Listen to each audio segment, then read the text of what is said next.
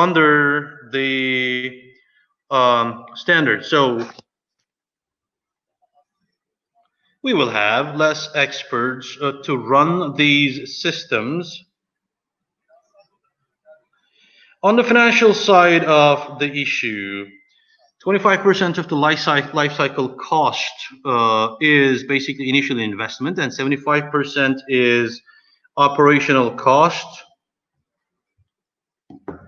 And as the years pass by, operational costs increase, and decreasing that is a good source of saving. The energy and maintenance works of the existing building is expensive too. So especially in the given financial situation of the world, the operational costs are increasing, but we're trying to decrease them. And one other thing is the comfort of the occupants. The satisfaction reports obtained from green buildings are giving like 30%. They're giving 30% higher satisfaction ratio than the regular buildings. Occupants they feel an inner peace that they're not harming the environment, and it reflects on the overall performance. So end-to-end maintenance of a system. The thing that you should look into is not only the maintenance investment. You should, from the very first investment, end-to-end consumption is very important in terms of initial investment and operational cost. If you disintegrate them, we will end up with a wrong evaluation. And if we ignore the initial cost, for example, we can have a much bigger operational cost in 40, 50 years of time. Physical asset management of the infrastructure, both in terms of energy consumption, it is important, and it is also important to in terms of the cost of interruption. And having integrated systems and having open integrated systems and having system-based and saving system-based information is critical in terms of preventing of the malfunction. This means optimization for us. Less complaint, faster feedback, more efficient buildings. They all rely on digital infrastructure. And there's the issue of operational flexibility. The longer we have in terms of asset management, we can decrease unplanned interruptions, and we can have more solutions, more remote solutions, and we would have less resources and less human labor. And this again optimizes the operation side. Is that just the technology? In the essence, I'd like to say 1/3. But no, it's even less than 1/3 of that solution. And technology always offers a toolbox. You should have a team to utilize this toolbox and have the collaboration of a team. You should have the cycle functioning. So how do companies solve this issue? On the human side of the issue, the field teams, with the decreasing experience in the field teams,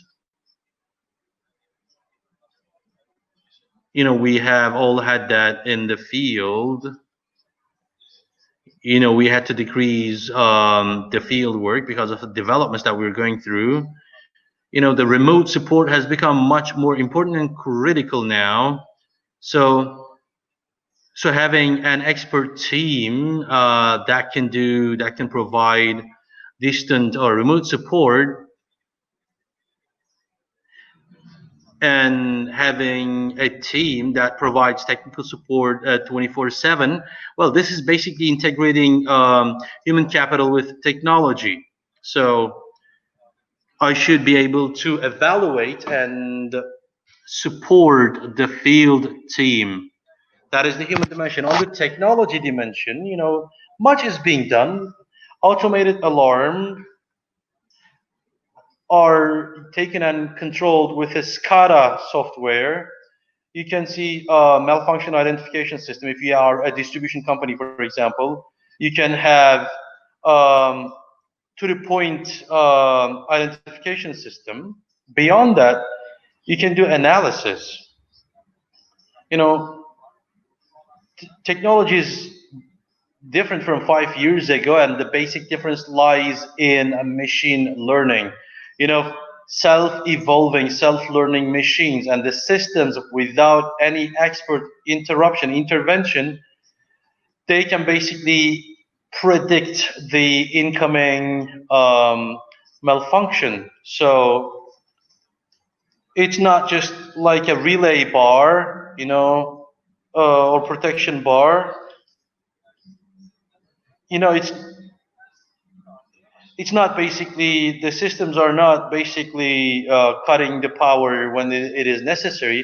They are predicting the trend, and you see the changes in the system, and it recommends you better check certain things and certain points in this system.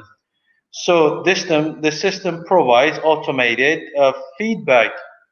On the collaboration side, it is unification of the 3 points that I mentioned. The first thing is the experts that are connected as remote support.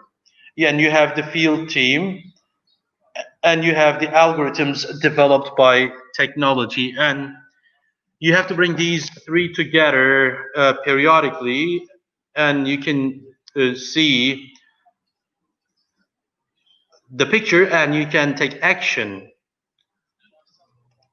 And how do you realize that? You get together in periodic meetings, and we want to make sure that these technologies are being used properly. And the technology is basically a toolbox, and what creates value is the right utilization of this toolbox. And for that, you need to have the necessary support, and this is a precondition for digital transformation.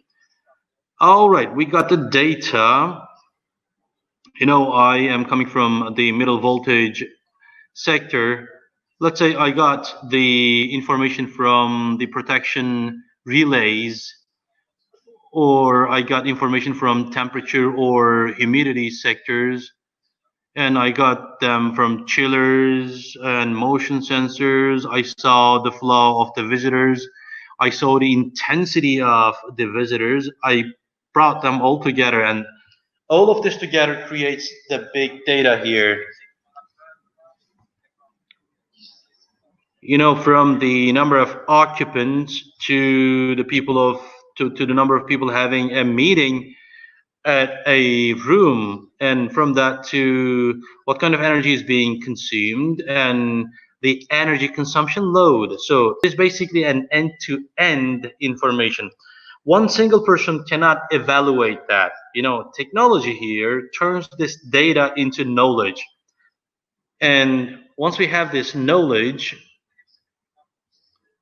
all these issues are separate expertise areas, actually. From the building manager to middle voltage supervisor, they all have energy efficiency expert. They all have this data. Maybe you would have 20 different locations, and you wouldn't have one expert from each field in every point. So the expert team processes this data and creates a prediction, and this prediction is shared with the field workers, field team, and this field team takes action. Since we can develop the algorithms end to end, let's say we can evaluate the number of your meeting on the transformer, for example, and we can move accordingly. In the system that are currently used, once there's deficit in them, we establish new systems, we change the system, equipment, and I believe a proper management removes the necessity of these initial investments. Okay, this is where the technology is, and what are companies doing about that, and what we are as Schneider Electric doing about, from the building to middle voltage and to the rest of this system.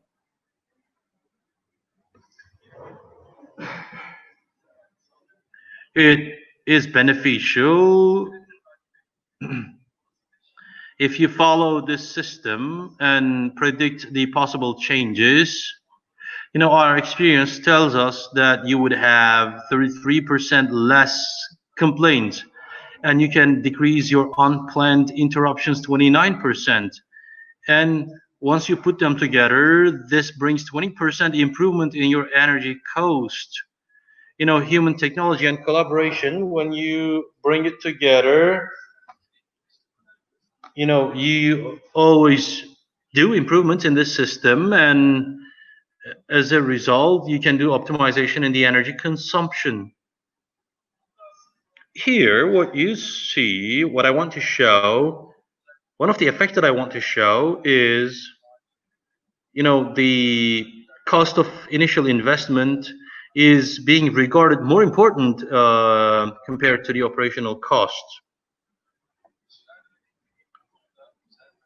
Schneider Electric recommends Asset Advisor. It is an established system in many points in Turkey. We want to decrease reactive maintenance, and we want to have dynamic timed maintenance. There are certain regulations for transformer management, and we have to do certain maintenance on them. But as of where we are, looking at the situation of a system that we follow 24/7, we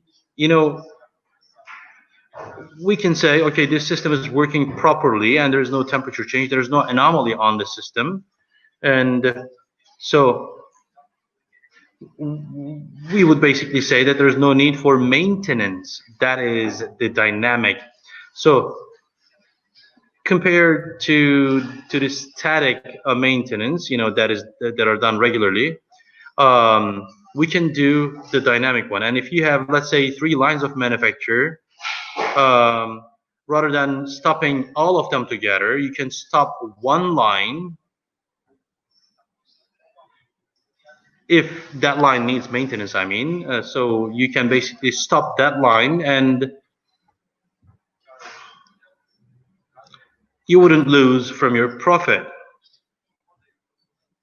So other than that, you can have issue-based maintenance. We can plan that, and we can implement. So even if you do planned maintenance, systems know what is happening where, and the interruptions are going to be shorter. And even if we don't decrease the life cycle maintenance, you would have benefit and profit on the operation side. And in addition to that, there is the manufacturer profit as well, and that is, I'm just keeping that aside. These systems in many companies, they work on cloud systems, and since they work on cloud, they remain up to date, and you wouldn't have problems in updating. They are already updated. So the new algorithms remain in your system as a part of your system. I want to talk about a little bit about the analytics. Sensors in the electric infrastructure, they don't just get your voltage and other information. You can get user information. You can get how much energy is used. You can, if there's an aging, you can see it. You can see it on the right side. If there's an SF6 leak, from that to voltage level, from logic entries to humidity values, you can get all the information, and you can basically put it on to your system. So this basically enables you to do a more advanced predictions than the conventional systems. So what are the advantages that we have here setting up a system like that? Regardless of the brand or the system, I'm talking about the predictive systems. So your operational performance increases significantly, and your financial efficiency increases, and especially in the long term, those systems in the 2 years, they have a full return of the investment, and they can provide a serious comfort for both sides, and it decreases the malfunction, and you would avoid occupational accidents, and you can do improvements. So this is all I have. I wanted to share with you on maintenance, and thank you very much for listening. And if you have any problem, Ms. Kamza is going to guide us in this one. We'll talk about them if you have problems. Thank you very much, Mr. Ginay, and we will get the questions at the end of this session. I am taking some notes, and before that, let's move on. Let's give the mic to Ms. Dilara Göker. And our next speaker will deliver her presentation about the energy efficiency, IoT, and artificial intelligence applications. Thank you so much, Ms. Gamze. I hope you can hear me well. Let's start then. Thank you so much. First and foremost, I'd like to thank you, and I also would like to thank the whole team of Zero Build Forum, because it was a lovely conference. And I mean, during such a time, holding a virtual conference enables us to evaluate the topics from different perspectives, and everybody has had the chance to follow the meetings. And I'd like to say good evening for everyone, because the time is quite late, but there are many topics that we can discuss. We have been discussing those topics for a couple of days, and we focused on the probabilities and possibilities that we can implement for the zero energy buildings. We have been discussing those topics. As Ms. Gamze also mentioned at the beginning of this session, we are focusing on the field of digitalization in the field of energy, and we are trying to understand its advantages on the buildings. Let me share my screen. I hope you can see my screen as well.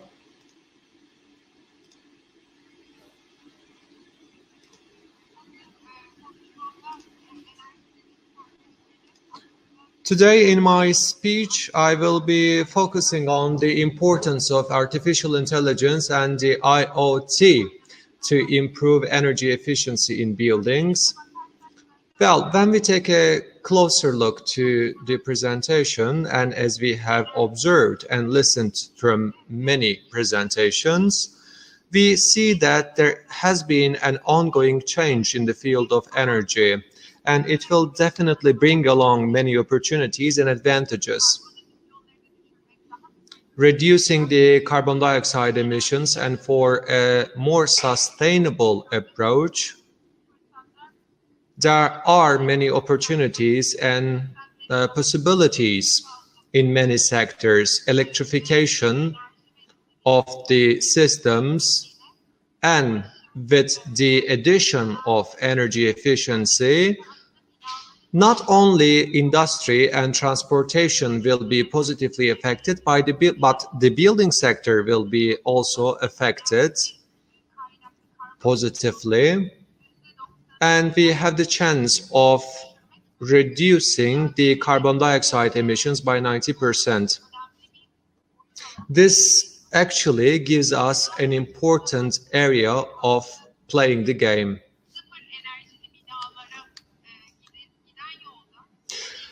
As we are progressing towards the zero energy buildings, the design of the building and the whole structure of the building and the energy demand of the building should be minimized as possible as we can. And this requires the cutting-edge technology of engineering activities and architectural activities, and we should set forth the targets, and the passive house is actually a choice of priority. After we are optimizing and minimizing the energy demand, this building and this demand should be provided with the right mechanical systems, and of course necessary HVAC systems should be chosen, but we should be choosing the energy efficient equipments at all cost.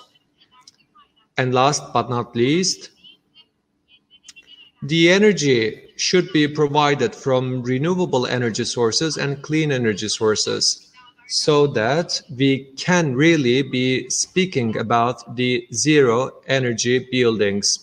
After implementing those measures, we can further improve the performance of our building. Of course, the behaviors of the users in that regard matters, because their behaviors will have a remarkable impact on the level of energy consumption. Well, the HVAC operation time, occupancy control, heating set points, such kind of parameters will definitely bring along a radical change. And many of the studies have shown us that the impacts of the occupant behavior is quite high. The users of those buildings definitely are seeking for comfort and building operations. As a result, the occupant behavior is critical for the energy demand. In residential and non-residential buildings, we see different effects. For example, offices, hospitals, or different public buildings or schools, their energy needs may vary from heating to cooling to lighting, and we can see many differences in terms of their energy demands. So we are facing complex structures, and in order to understand that complex data, we should be able to collect the data and analyze it. And at that very important point, the smart buildings come into play. And the buildings, of course, account for up to 70% of the energy consumption in major cities. And in addition to that, 30% of the greenhouse gas emissions globally stem from buildings. But smart buildings can also reduce the carbon footprint. Data collected and insights generated by those smart building technologies can actually lead us to changes in facilities management, which will definitely reduce energy consumption for climate and sustainability goals. And at the same time, it will also help improving public health and safety. On that regard, there are many analytics that we can run for buildings. It might be about abnormality detection or comparison of the consumption in different time frames. It can be about the usage abnormalities in the generators, or we can monitor the indoor air quality. What else? The monitoring of IT office where the humidity and temperature follow-up is critical. In a nutshell, we should be following and monitoring many parts of the building so that we can run a concrete and sound energy analysis. And we see in the past a conventional structure when it comes to the generation, distribution, and transformation of the energy. But as we are building the smart cities, the whole grid is changing and it is being digitalized. The generation and the consumption takes place in different points. And with the use of sensors, cloud technology, and IoT, we are making use of those systems and managing them much more efficiently. I also would like to speak about the studies of REENGEN. As many of you know, 7 years ago, this company was founded with the loan provided by the Ministry of Industry. It is an architectural engineering company, and our focus is about digitalization of the energy sector. Among the fields of interest are Internet of Things, cloud platforms, big data analytics, artificial intelligence, blockchain, cybersecurity, microgrids, distributed generation, energy storage, electric vehicles, transactive energy, and demand response. So in order to digitalize the energy sector, we are making use of the advantages provided by the IT sector. So in order to provide the energy efficiency, we are using data for a business intelligence solution. Actually, we are speaking about a platform which is combining AI and IoT, and it also enables end-to-end energy intelligence solutions. It is a cloud-based system. The data are being collected, and based on the analysis of such data, we are taking actions and we are making the most of the digitalization technologies.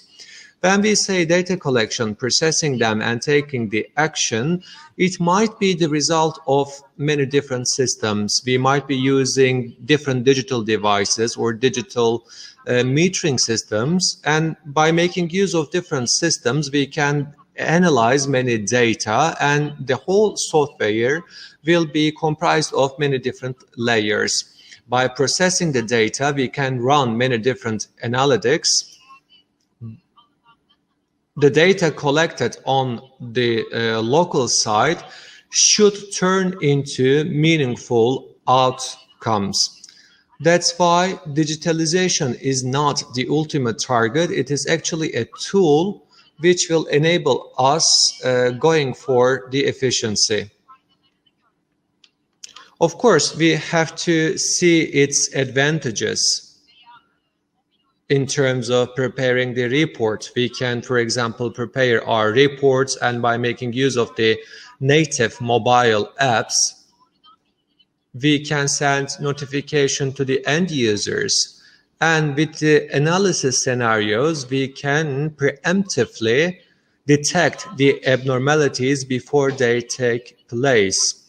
And we can carry out digital energy management, and we can do tariff management or quality analysis, and we can also preemptively take actions and turn those data into meaningful information so that we can follow up the performance of our systems at our discretion, and we can manage them, and it will definitely contribute to a much more sustainable approach. As a result, with the advancement of digital AI and IoT technology infrastructure, we see that many points in the cities can be connected. With the advancements in buildings and storage battery technologies, renewable energy sources are used in very interesting points. For example, even in windows, rooftops, and even on the walls, we can generate energy. And as electric vehicles actually become much more common, the generation and consumption take place in this same environment, so that we are providing different and rational technological solution options to the cities, and managing those options become much more important. We have many smart energy projects which are supported by the European institutions and TÜBİTAK, the Turkish Scientific Institute. And let me briefly speak about those projects. CityFight and R2 Cities are the projects that we successfully completed. Together with our partners, we have renovated and provided the energy efficiency of those buildings. And the digital infrastructure of those buildings have been set forth. With a real-time data flow, the necessary energy analysis have been carried out, and the awareness of the end users have been improved. The building administrators and the building owners were enabled to take more rational decisions as they are using their buildings and apartments. Well, the demand is increasing because we said that the electricity market is changing and the grids are becoming much more complex. The energy is not anymore a unilateral process. So as the connectivity between buildings increases, managing the buildings on site gains further importance. So shifting, for example, the power of the building is taken as a decision by the building administrators, and they are much more connected and intermingled with the energy providers and energy distributors. And of course, since there are much more complex applications for institutional buildings, these types of applications are disseminated even for the ordinary apartments. We have spoken about the rooftop PVs and wall PVs, electric vehicles, and with the batteries which are storing the energy, a new concept comes to our lives, which is called prosumers. So we are not only producing energy, but we are at the same time consuming it. So we are the same player on both sides of the medallion. So IoT-based real-time data analytics can optimize this process, because as we are taking a decision and as a building is connected to a grid and consumes electricity from a grid, or charge its electricity vehicle from the grid, then a decision support mechanism importance becomes visible.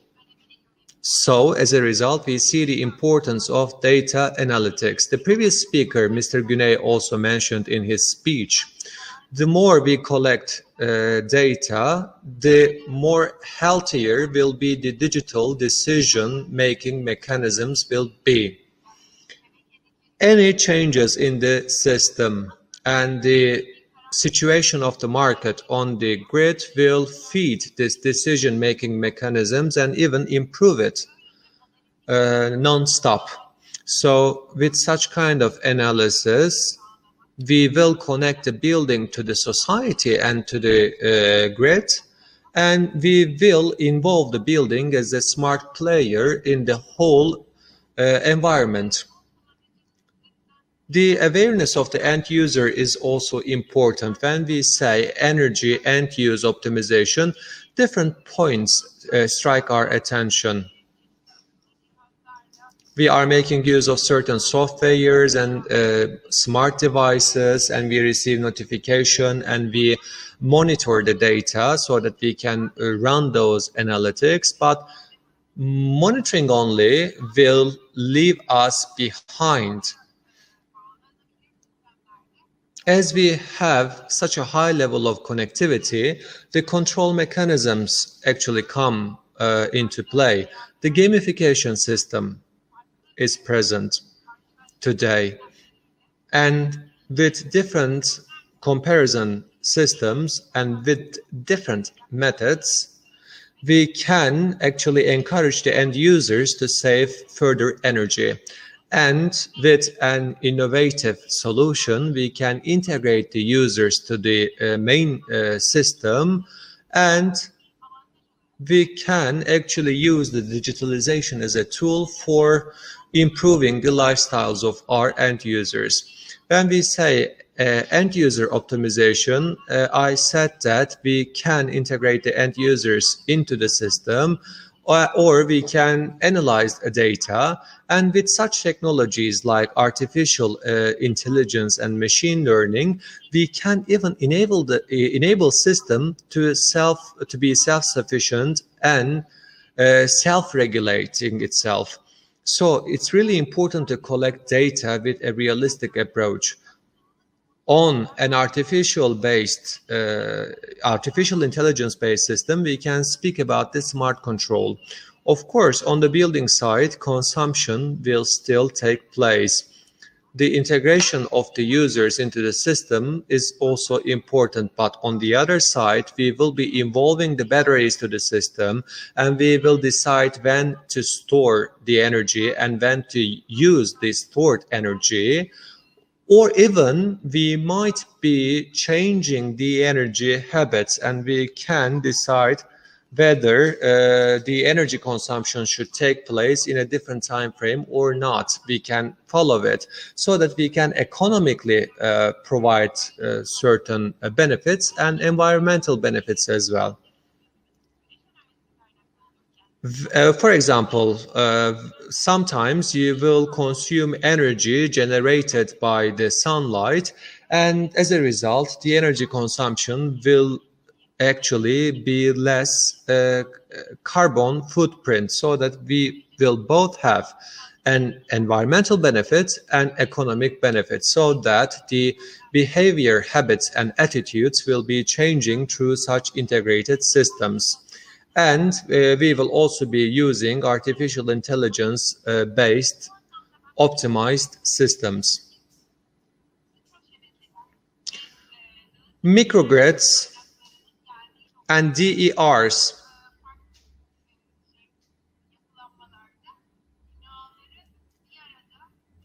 In different grids, we see that the buildings are existed all together. In the past, we have the centralized structure, but since consumption and generation takes place in a disseminated platform, the system is much more distributed. That's why a bilateral correspondence between different points of the system matters.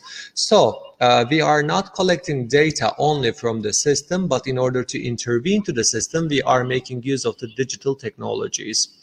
So in the microgrids of the future, by making use of renewable energy sources much more, buildings will have a louder say in terms of the energy consumption, and we will realize it by connecting the users and digital systems with each other, and we will provide a dynamic structuration on the level of buildings and also neighborhood and city level.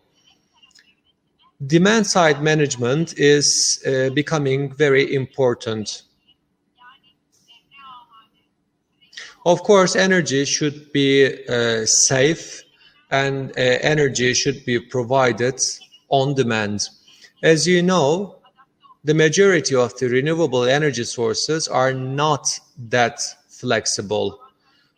Of course, the batteries are improving that aforesaid situation, but in order to reduce the peak load demand and minimize these variations and provide a more stable energy infrastructure, making it much more safe, DSM, the demand side management, will have a very relevant function, because when it comes to the demand response,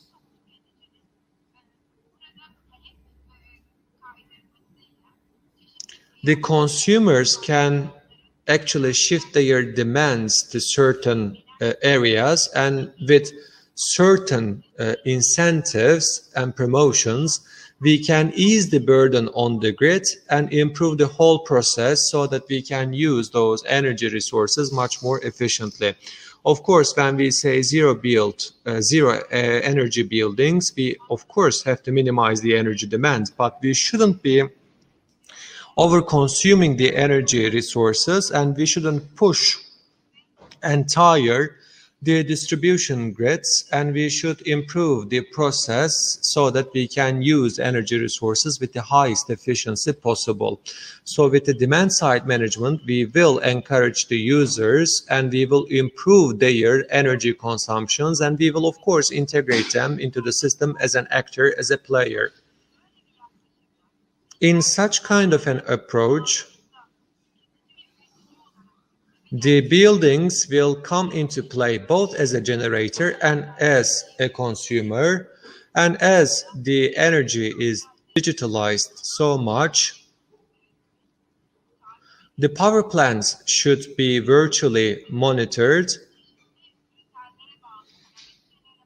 and we will be analyzing and optimizing the generation and consumption through certain parameters so that we can control the system. Of course, from time to time, we will have certain end users which we cannot control.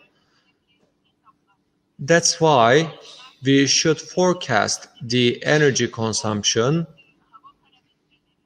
The projections for the energy consumption should be followed through, for example, weather parameters, so that the improvement decisions might be taken in certain regions and certain places, especially in the systems where the batteries are involved. Digital tools will play a very important role in terms of the decision making. The flexible power producers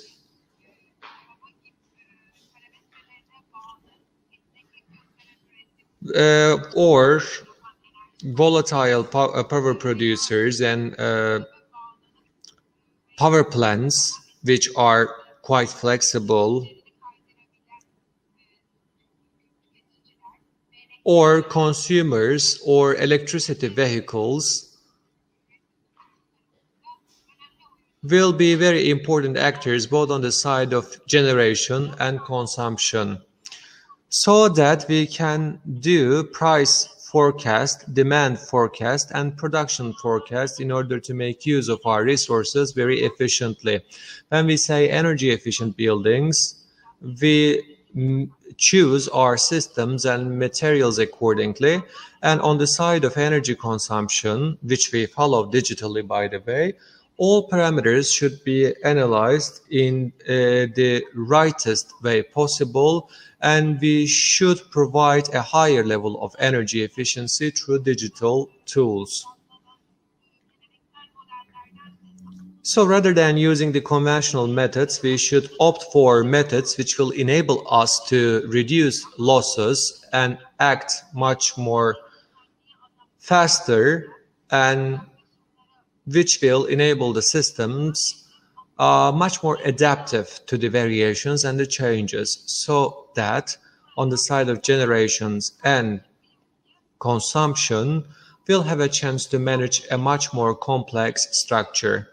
And via such approach, the bidirectional flows will gain further importance. When we say the energy systems, we don't only mean the SCADA systems or only the control of the HVAC systems, but we should be able to approach to this situation from a broader perspective and framework.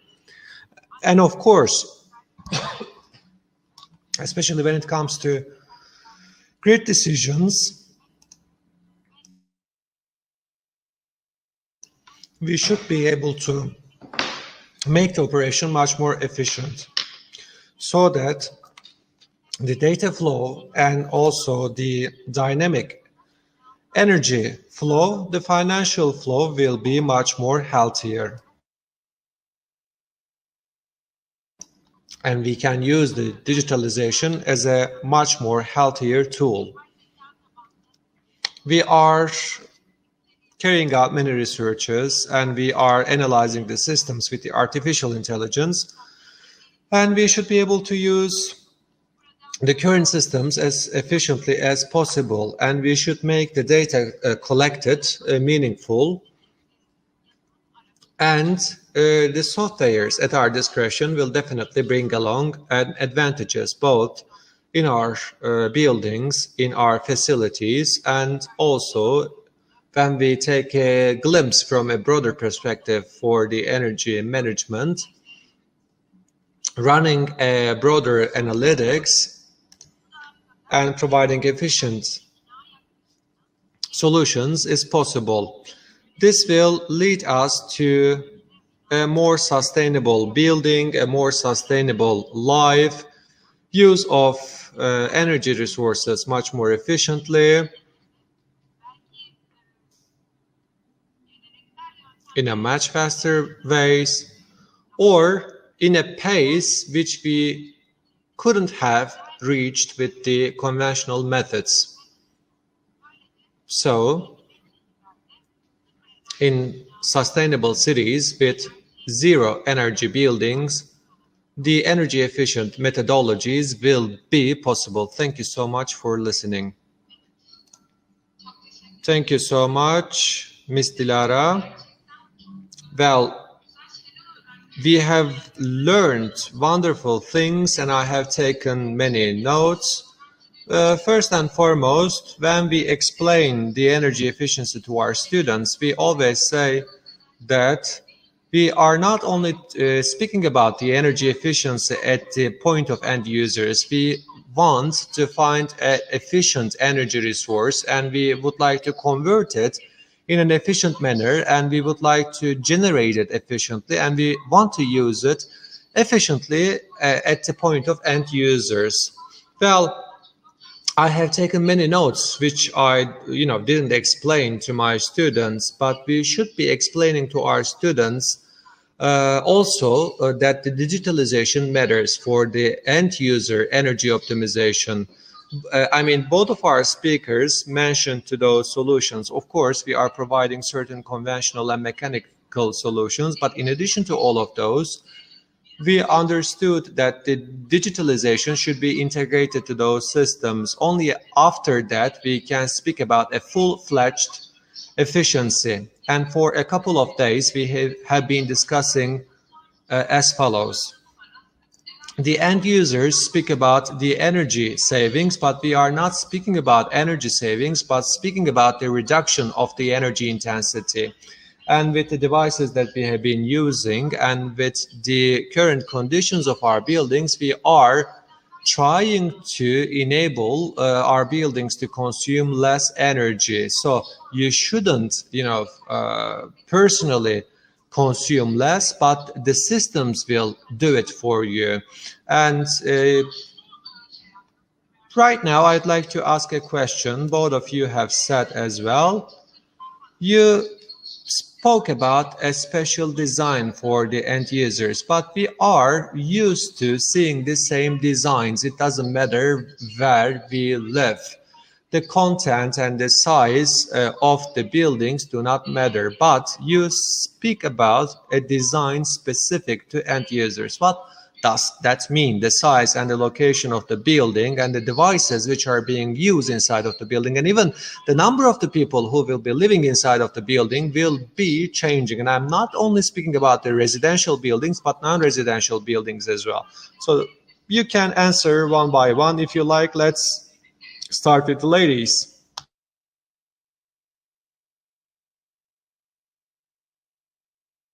You mentioned a very important topic. When we say energy savings,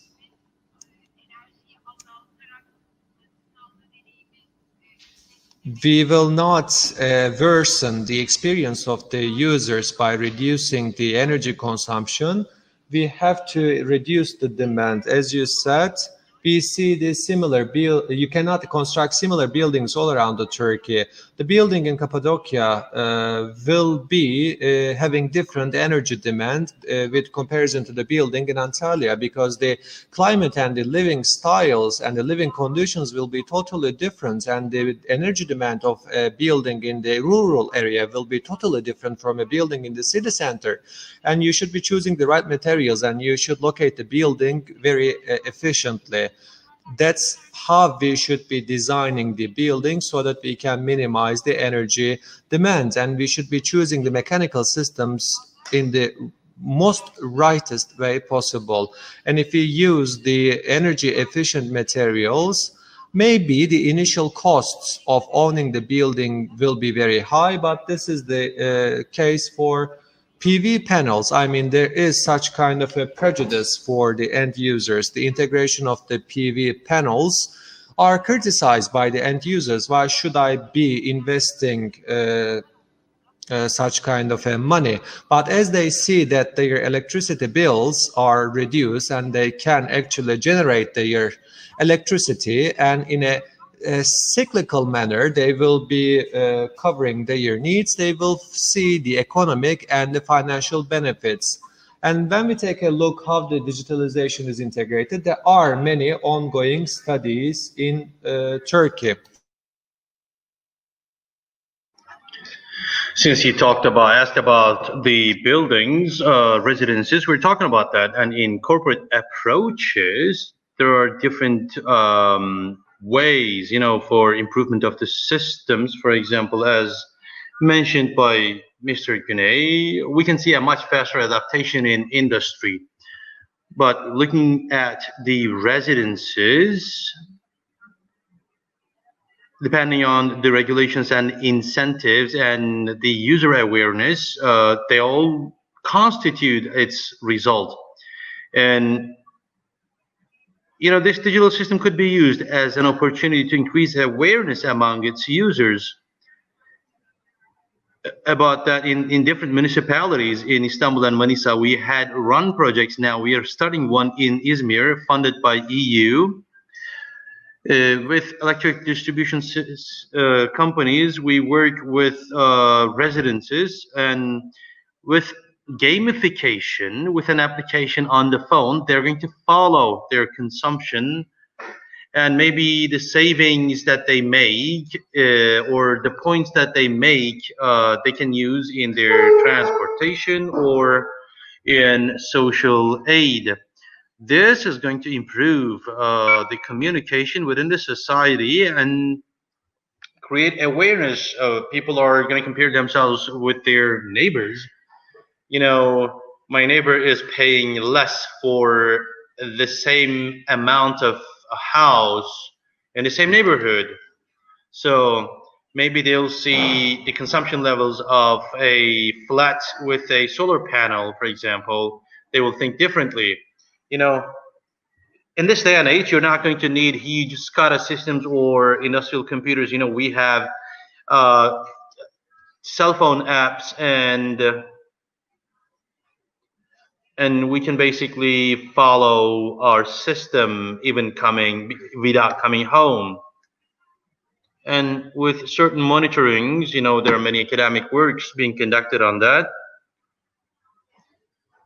We can follow the consumer behavior. We can follow when they use washing machine, dishwasher, or maybe they just go on vacation for a month and there's no consumption at home. Or we don't know whether the electric car is going to be charged in the shopping mall or at home. Using at what time is going to be more consistent with energy prices. So we want to increase the awareness, and managing the system, we can have more efficient approaches. So with this digitalization in energy efficient buildings, in system management, it's very important for us, and it's a very efficient tool. Thank you. Thank you very much. Let me give you the mic one last time to Güney. Ms. Dilara summarized very well. Just let's say we remove the electricity for a while. In very hot or cold climates, you would see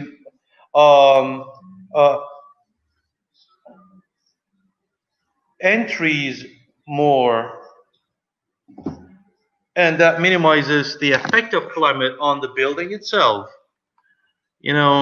We have AC systems today, and we wouldn't see the carbon emission, and it looks like we're going back to that method. The awareness is increasing, and it's shaping the consumption patterns, behaviors, and some manufacturers, they have very cheap labor, for example, and or they don't have good manufacturing facilities. They are being discarded by the end user. The same thing could be for the individual use of many other things. Yeah, maybe being judgmental could play into a good thing here. So you're using these buildings for about 50 years. And in the very design phase of this, we need to do reactive retrofitting now. We're trying to estimate the number of people inside. And in the recent studies, there's a part, as you can follow the locations by the phones, the building management systems, some of them, they follow geographic location of the people, and they see where people spend time more, and they basically increase and decrease heating. For example, that you get close to your home, the system could start the AC or heater. The thing that you cannot do in the design phase, you can solve those issues. You have to solve those issues through retrofit. Industry is going to lead this process, as it always is.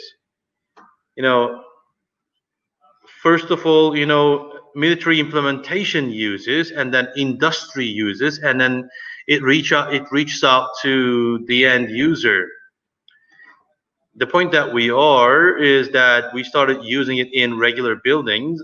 I hope awareness is going to increase further, and we're going to do things at the design phase. Thank you very much. You mentioned the new generation. That was a speech in the forum. The current generation, since everything is now electronics, uninterruptedness of the electricity is vital for them. They need to have their phones charged, so they think and care about these things very much, and about sustainability, basically. So the previous generation is, they would have electricity anyway, so the previous generation did not care about the carbon emission either. So as Ms. Dilara mentioned, we're talking about the death of local centrals. We won't have those large transformers. We're talking about the energy losses in the transmission lines. So there's also loss in a local transformer as well. So from that point, local transformer is very important, and these local transformers, you know, are you thinking about that as people's their own transformers at home? It could be, neighborhood-based transformers. We're talking about that as well. Of course, it could be at building scale, neighborhood scale, compound scale, or city scale. It is possible to design it at different scales. So with their involvement, the management of the grid is getting more difficult. It could be a wind turbine, or it could be a solar panel, and they will have involvement in the grid. So depending on the environmental or weather conditions, they are doing flexible production. So if we have a flexible system like that, we could do storing, and we could have a dynamic system on the customer side. So from production, there was a unidirectional approach. It was basically from production to the usage, and in terms of resource efficiency, this approach had many disadvantages. So this localized energy production has advantages, but it has to be managed well. Because on top of every building, once you place PVs on top of every building and connect it to the grid, there will be different loads on the grid. So, the solar panels are mostly used in daytime, but the intensity of consumption on the buildings is in the nighttime. Of course, corporate buildings are different in this, but you can see a similar pattern in general electric consumption. With the storing system, we can basically have this kind of dynamic system, but it has to be controlled well.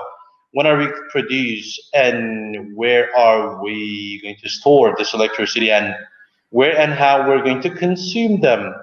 So we would get data and consumption patterns, and we would have estimations.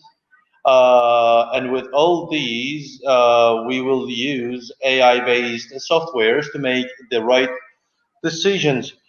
We, of course, have very valuable works on that, on energy efficiency, on estimation, but using the IT systems, we can have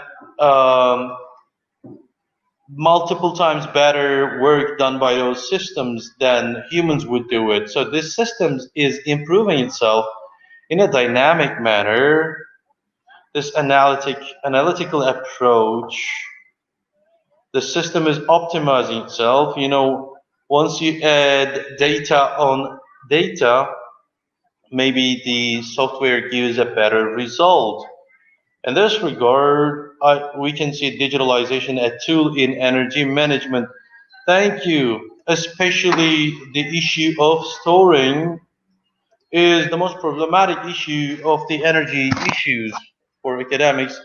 I'm working hydrogen energy. Storing is a problematic issue for us, and as you said, solar energy is renewable, and it's very preferable. But we have the sun when we need it the least. So in this regard, storing is very important. And so, when you have the sun, you'd like to be able to store it. So in this regard, digitalization is vital. Our time is about to be up. Let's have last words if you have. All right, thank you very much, first of all.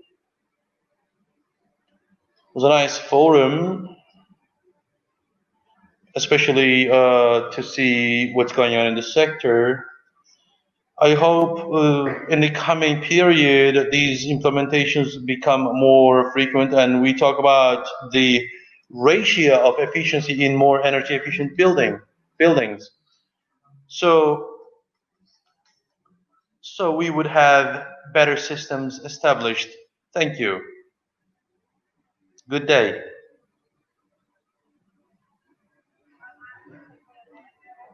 Thank you. I'd like to thank as well, and with different approaches, we were able to talk about what we can do and in what ways. And as you said, we started to see its implementation in industry and we started to see them in public buildings, but we should be able to see them at a much larger scale. And one of the solutions that we shared today, they were like mostly pilot projects or R&D projects. So we should start using these existing R&D studies to solve the problems of the day. These are valuable studies, and so they can solve problems, especially living in an energy restricted geography. We have renewable energy sources, and we should be able to use them in an optimal manner. It's not just solar energy. We have the wind, biomass, and hydrogen.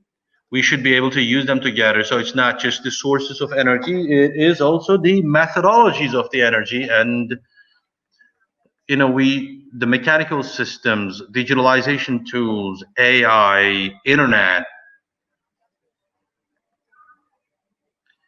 our approaches, our life, quality of life, and our buildings, in order to have them livable, we should put all of them in use in an integrated manner. And for this, we should have correct decisions and start implementing them. We need to have different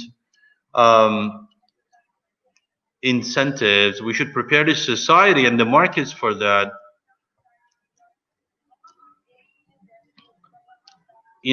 Education and implementation and the sector should play more active roles. In this regard, similar studies should be conducted and continued in a faster and more innovative manner. Thank you. Thank you. This forum could trigger a change in the perspective on the customer. We still look into the issue from a traditional lens, and as forum team, this is what we want to do. I mean, we want to change the perception of the user. Thank you very much for your participation, for your effort, and for your support. And there's a great team in the background, and I'd like to say that I'm proud of being a part of that team. And I'd like to thank them giving us an opportunity and platform. We will have other sessions tomorrow, and I'd like to say goodbye and have a good evening.